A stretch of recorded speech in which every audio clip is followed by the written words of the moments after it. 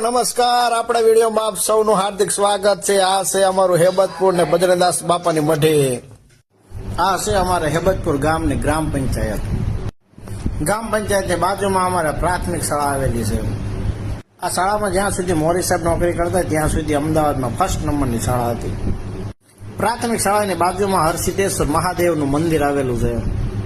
હરસિદ્ધેશ્વર મહાદેવની બાજુમાં અમારે લાઇબ્રેરી આવી છે અને અત્યારે લાઇબ્રેરીમાં સ્પર્ધાત્મક પરીક્ષાની તૈયારી કરતા અમારા ગામના યુવાનો। અમારા ગામ જેવી લાઇબ્રેરી ગુજરાતના તમામ ગામડાઓમાં બને એ હેતુ સાથે આ વિડીયો બનાવવામાં આવે છે। લાઇબ્રેરીની બાજુમાં પાણીનું કુલર મૂકવામાં આવ્યું છે એ અમારા રામદેવસિંહ, આ જે પાણીનું કુલર છે રામદેવભાઈ ખુમાનસિંહભાઈ ચાવડાએ મૂક્યું છે, ખૂબ ખૂબ અભિનંદન। લાઇબ્રેરીની બાજુમાં પક્ષી ઘર આવેલું છે।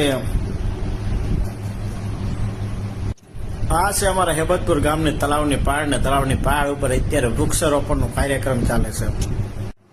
38 ડિગ્રી તાપમાનમાં અમારે અજયભાઈ મીઠાપરા અત્યારે વૃક્ષારોપણનો કાર્યક્રમ કરે છે। ખૂબ ખૂબ અભિનંદન અજયભાઈને અને એમની ટીમને। વૃક્ષ વાવો અને વરસાદ લાવવો હેતુ સાથે વૃક્ષારોપણનો કાર્યક્રમ કરવામાં આવે છે।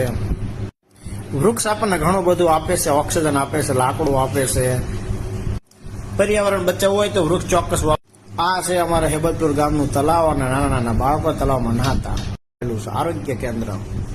આ તળાવની બાજુમાં દશામાનું મંદિર આવેલું છે, અદ્ભુત।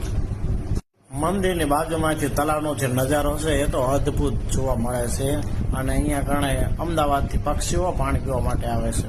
આ છે અમારા ગામની મેન બજાર જે રામજી મંદિર તરીકે ઓળખાય છે। આ છે અમારા ભાથજી દાદાનું મંદિર। આ છે અમારે રામદેવપીર મહારાજનું મંદિર, અત્યારે હાલમાં એનું કામકાજ ચાલુ છે। ટૂંક જ સમયમાં મંદિરની પ્રાણ પ્રતિષ્ઠા મહોત્સવ। આ છે અમારા મકવાણા બજાર, જ્યાં મકવાણા બજારનું આખ્યાન આજે અમારા ગામમાં ખૂબ એટલે ખૂબ પ્રચલિત છે।